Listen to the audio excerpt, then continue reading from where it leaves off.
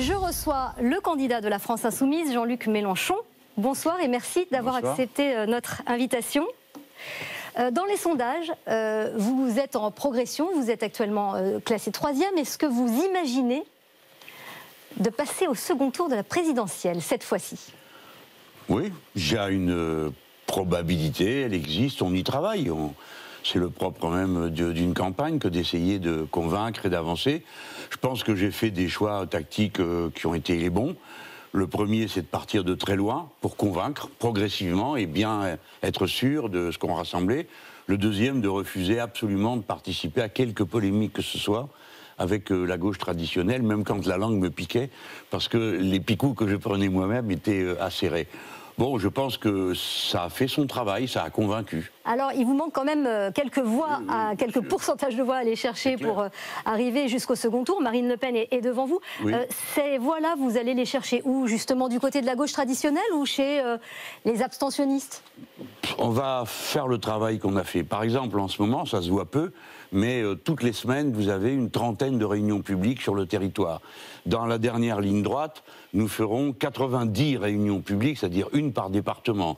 Il y aura les 11 hologrammes. On fait un travail, si vous voulez, de terrain. Notre idée, c'est que on ne va pas convaincre sur ma bonne mine ou sur quoi que ce soit de cette nature, et surtout pas sur une étiquette. On va convaincre sur des contenus. Donc c'est pourquoi, depuis le début, on m'a entendu rabâcher le programme, mais c'est comme ça qu'on a avancé. Et j'espère avancer comme ça. Les contenus, on va y venir. Oui. On va essayer d'aborder 6 thèmes au cours de cette soirée. Et le premier de ces thèmes, c'est le pouvoir d'achat. C'est la préoccupation première des Français en ce moment. Et pour cause. Et alors, paradoxe, 40% des Français disent ne connaître aucune proposition d'aucun candidat. Oui, oui. Alors, si vous en avez une en matière de pouvoir d'achat que vous voudriez que les Français retiennent, ce serait laquelle? C'est toujours difficile, vous savez, parce que c'est un plan, il y a 600 mesures dedans, on a fait un énorme boulot. Mais là, je sais qu'on est dans l'urgence. Je sais dans quel pays je vis. Il y a 8 millions de personnes qui sont à l'aide alimentaire, 12 millions qui ont eu froid tout l'hiver, parce qu'ils ne chauffaient pas. Donc la première des choses, d'urgence, quand on arrive, c'est le blocage des prix. J'ai proposé en septembre, quand les prix ont commencé à s'envoler, le fioul, le gaz, l'électricité et l'essence surtout. Il faut bien comprendre que quand l'essence s'envole, progressivement, l'économie se paralyse. On peut même plus sortir. Alors, voyez, quand vous dites blocage des prix, c'est blocage du prix des carburants ou blocage du prix d'autres produits également? Les carburants, et je précise, je bloque à la baisse. Si vous le permettez, alors quand je dis à la baisse, au niveau où ils étaient la première fois que j'ai proposé le blocage des prix. Ils étaient à quel prix à ce moment-là? C'était à 1,40 le litre. Alors, on est loin des prix d'aujourd'hui. Ouh là là.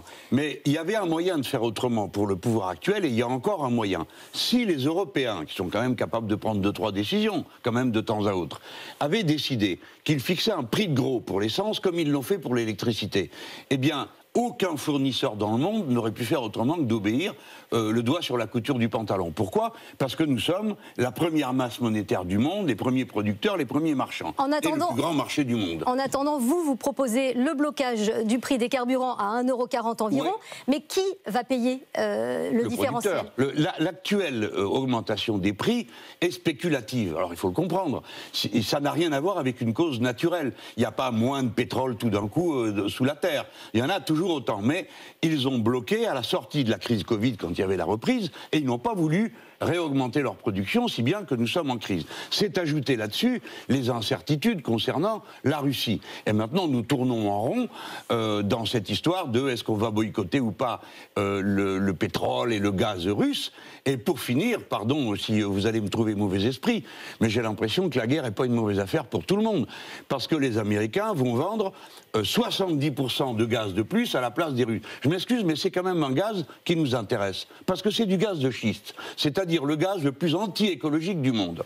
Alors, pour terminer sur votre question, il y a l'essence, il y a le gaz, et puis il y a les produits de première nécessité. Je propose de les bloquer aussi. Alors, il faut et là, qui va payer? Pareil, c'est à nouveau... Non, c'est encore plus simple. Parce que tout ce que vous prenez, prenons un exemple, la nourriture, oui. La partie vivrière. Quand vous achetez des fruits, des légumes, etc., et que vous les achetez aux producteurs français, il faut que vous sachiez, quand vous donnez 1 €, lui, il ne reçoit que 8 centimes. C'est-à-dire que tout le reste passe dans les intermédiaires. Eh bien, les intermédiaires devront compacter leur marge. Peuvent-ils le faire? On s'est quand même penché pour voir. Bon. Mais quand vous faites 40% de marge sur les pâtes alimentaires, pardon de vous dire dire que si vous n'en faites plus que 30 ou 20, ça reste supportable. Donc les Français auront compris que vous bloquez les prix des carburants et de certains produits de première nécessité. Alors les produits, je dis quand même... On va passer au deuxième thème. On va passer au deuxième thème du soir qui est l'Ukraine, évidemment. Vous en avez déjà un peu parlé. Joe Biden a proposé une réponse de l'OTAN en cas d'utilisation de l'arme chimique par la Russie. Est-ce que vous êtes d'accord avec cette proposition? Je ne sais pas en quoi elle consiste, mais si vous voulez, il faut dire les choses qui ne sont pas agréables à entendre. Les Russes ont violé une règle de base, c'est eux qui portent l'entière responsabilité de la situation. Et j'ai fait partie des gens qui expliquaient que ça allait mal tourner, ça fait 10 ans que je le dis. Mais c'est eux qui ont passé la frontière. Et ils nous ont pris à revers, parce que toutes nos stratégies de défense reposent sur l'équilibre de la peur. Mais quand quelqu'un vous dit, j'envahis, allez vas-y, balance-moi des bombes nucléaires, et que vous dites, je le fais pas, mais il a l'impression qu'il a gagné. Mais qui veut balancer des bombes nucléaires? Personne. Donc sur l'arme chimique, je suis content que cette question vienne, parce que voyez-vous, la première fois qu'il y a eu un accord sur les armes chimiques, c'était en 1975. Ça a été confirmé en 1993 à Paris sous François Mitterrand. Mais les deux, Russes et Américains, ont refusé de signer les clauses de contrôle mutuel. Autrement dit, on a signé un accord pour rien. Quant aux armes bactériologiques, pardon, je ne vais pas vous faire peur, mais ça fait partie des choses qu'il faut avoir à l'esprit. Ni l'un ni l'autre n'ont accepté de signer les accords d'interdiction. Donc vous êtes d'accord avec la proposition J'ai surtout très peur de ce qui peut se produire, parce qu'il suffit d'un geste, d'un imbécile ou d'un fou pour que tout dégénère d'un seul coup. D'un mot, actuellement, nous sommes dans l'OTAN et on voit bien que l'OTAN s'est réunie fortement pour faire face à cette invasion russe. Vous proposez de sortir et du commandement intégré et même progressivement de l'OTAN. Vous confirmez? Oui, tout à fait. Alors même qu'on a l'impression que les Français se sentent rassurés aujourd'hui de faire partie de l'OTAN. Alors je leur poserai qu'une question. Qu'est-ce que ça a changé? Répondez-moi, à rien. Qu'a fait l'OTAN en Afghanistan? On a l'impression d'être solidaire. Ah, vous avez l'impression, mais c'est une impression. Quand il s'agit de guerre ou de paix, de destruction de centaines de millions d'êtres humains, on ne peut pas se baser seulement sur des impressions. C'est pas qu'une impression. L'OTAN fait face et fait front ensemble. Des décisions ont été prises. Lesquelles? Par exemple, un certain nombre de boycotts de produits russes. Ah non, mais ça n'a rien à voir avec l'OTAN. Il y a l'Union européenne aussi. Non, mais c'est pas pareil.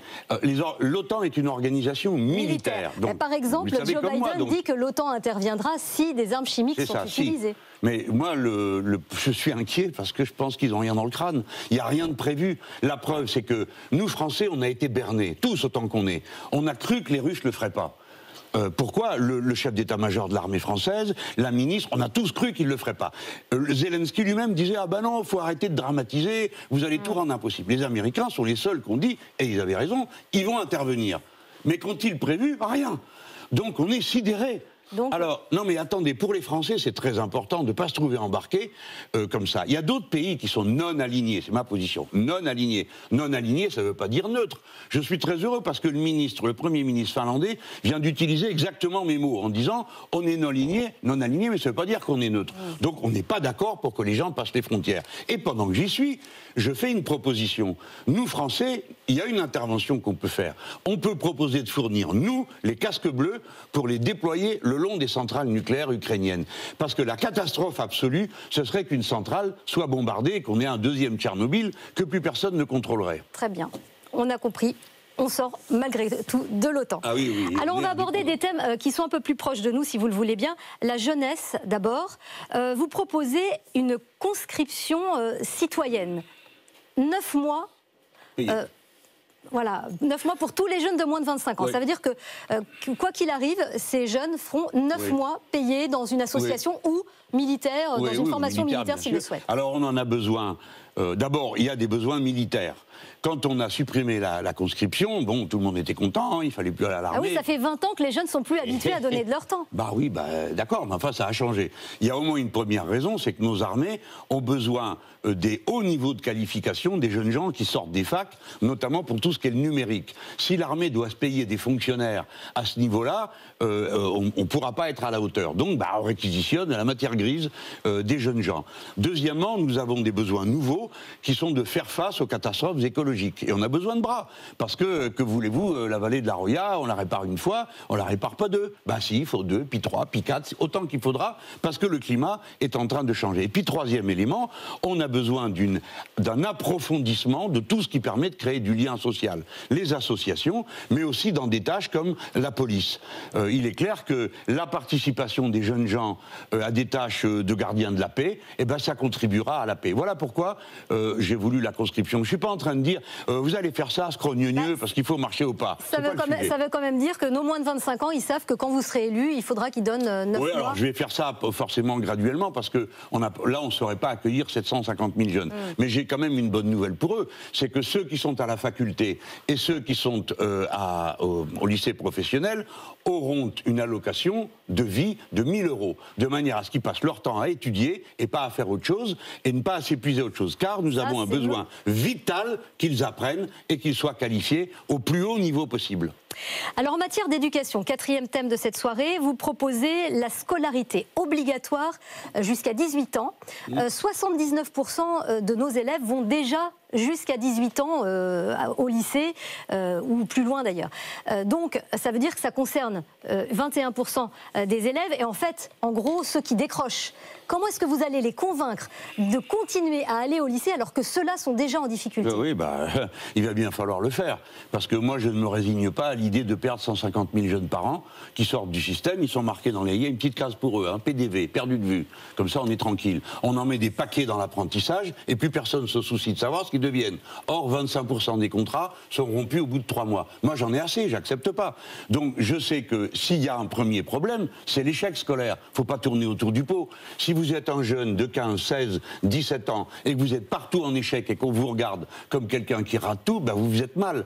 Donc il faut reprendre des possibilités d'orientation, d'organisation d'une vie, d'une carrière. Alors pour ça, il faut que les points de passage soient intéressants. Moi j'ai besoin de bras et de têtes dans l'enseignement professionnel. Il nous faut des milliers de bacheliers professionnels. Pourquoi? Parce qu'aucune époque, aucune nation développée ne peut vivre sans des jeunes gens qui sont au niveau bac pro ou CAP. Pardon madame, mais ça, les gens font des tas de gargarisme à la télé sur la transition écologique, mais ils ne disent pas qui va la faire. Ça veut dire que ces 150 000 décrocheurs dont vous parlez, ces jeunes auxquels vous vous adressez quand vous rendez la scolarité obligatoire jusqu'à 18 ans, vous allez les mettre dans des lycées professionnels? Je vais le leur proposer. Ils peuvent faire comme ils veulent. Attention, il y a la liberté. Moi, je ne négocie pas la liberté. Mais il faut qu'on fasse des propositions intéressantes. Si je dis à un jeune, écoute, tu peux reprendre à partir du lycée professionnel, du CAP jusqu'au bac pro, et de là à BTS. Les brevets de technicien supérieur, c'est l'élite, c'est l'aristocratie ouvrière de ce pays.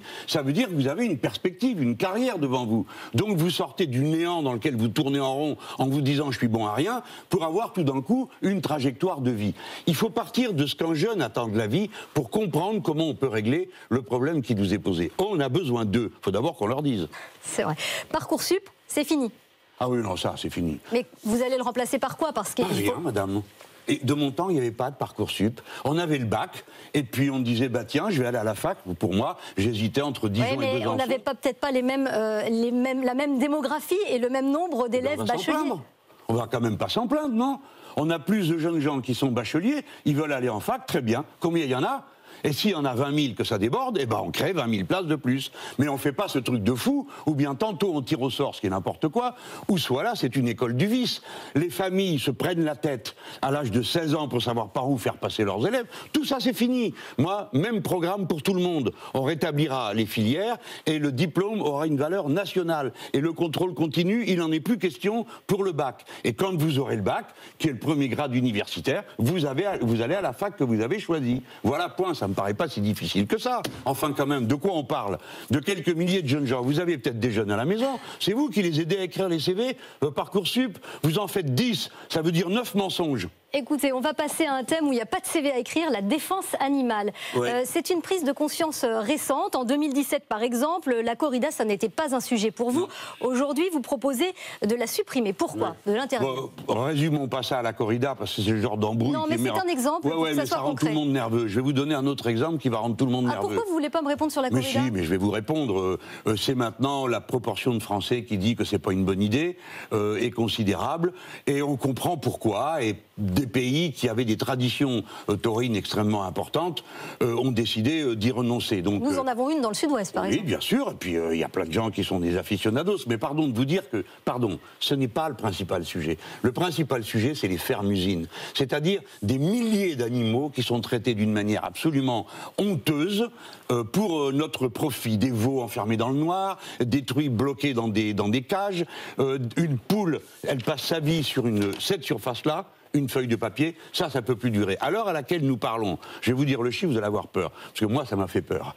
On broie vivant chaque année 50 millions de poussins. Vous ne le saviez pas. Moi, je sais que c'est ce qui vous a ému et ce qui vous a amené et 20 millions de petits canetons. Et tout ça est mené en dépit du bon sens. En ce moment, il y a la 5e crise de grippe aviaire. On a déjà tué 10 millions de bestioles. Tout ça parce que tout ça est géré en dépit du bon sens et qu'il y a une vision atroce de la façon de s'occuper des bêtes. J'ai quand même une question sur l'élevage intensif. Vous voulez là aussi le supprimer progressivement d'ici 2027. Oui. Mais on va prendre le porc par exemple.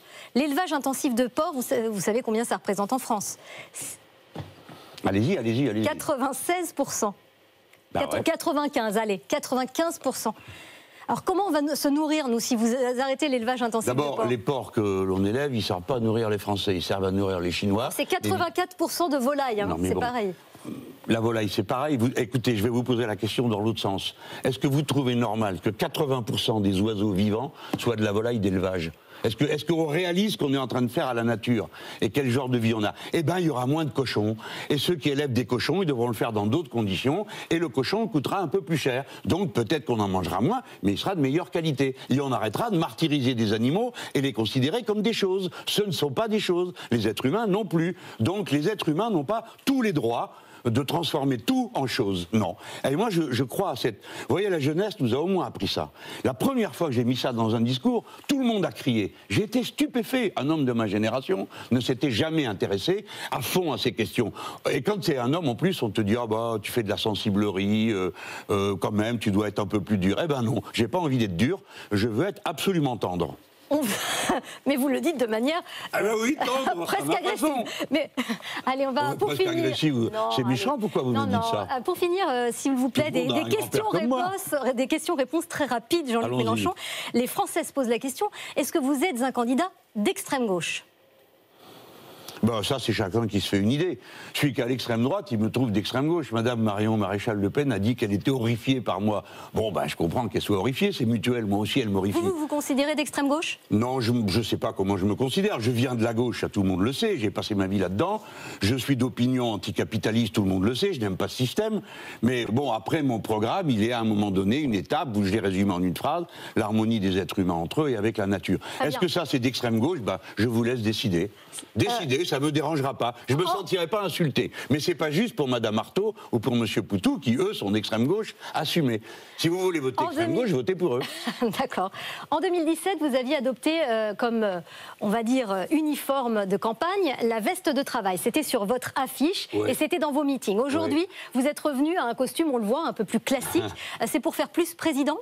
Non, ça s'est trouvé comme ça, parce que autour de moi, tout le monde en avait marre de me voir avec cette veste. Et pour être franc, moi aussi, à la fin, je finissais par avoir l'impression de mettre un uniforme tous les matins. C'est une veste de couvreur. Alors, en costard, vous pouvez changer de couleur. J'en ai un noir, j'en ai un bleu. Ça va pas plus loin que ça n'a pas d'importance pour moi. Une dernière question. Mais la cravate est toujours rouge, avez-vous remarqué? J'ai remarqué, oui.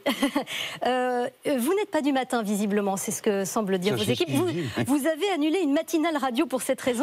Est-ce que ça pose un problème à un président qui n'est pas du matin? Mais ça, c'est une légende. C'est pas parce que je dis à quelqu'un, écoutez, c'est trop tôt votre histoire, que c'est vrai. Je peux aussi être fatigué, je peux aussi pas avoir envie de le faire. Je suis plutôt quasiment increvable et incouchable. Je tiens des heures. Donc vous êtes plutôt du soir? Plutôt. Vous savez, ils m'ont vu à la tribune de l'Assemblée nationale, il était 6 h du matin. Et regardez la vidéo si un jour vous avez la patience de le faire. Jamais vous croyez que c'est 6 h du matin et que j'ai pas dormi depuis 1 jour et demi. Alors après, bon, je suis comme tout le monde. Hein, le matin, je préfère la grasse matinée, si c'est ça votre question. Eh ben voilà, merci beaucoup en tout cas Jean-Luc Mélenchon d'être venu sur ce plateau pour vous exprimer sur votre programme. Merci à vous. Merci.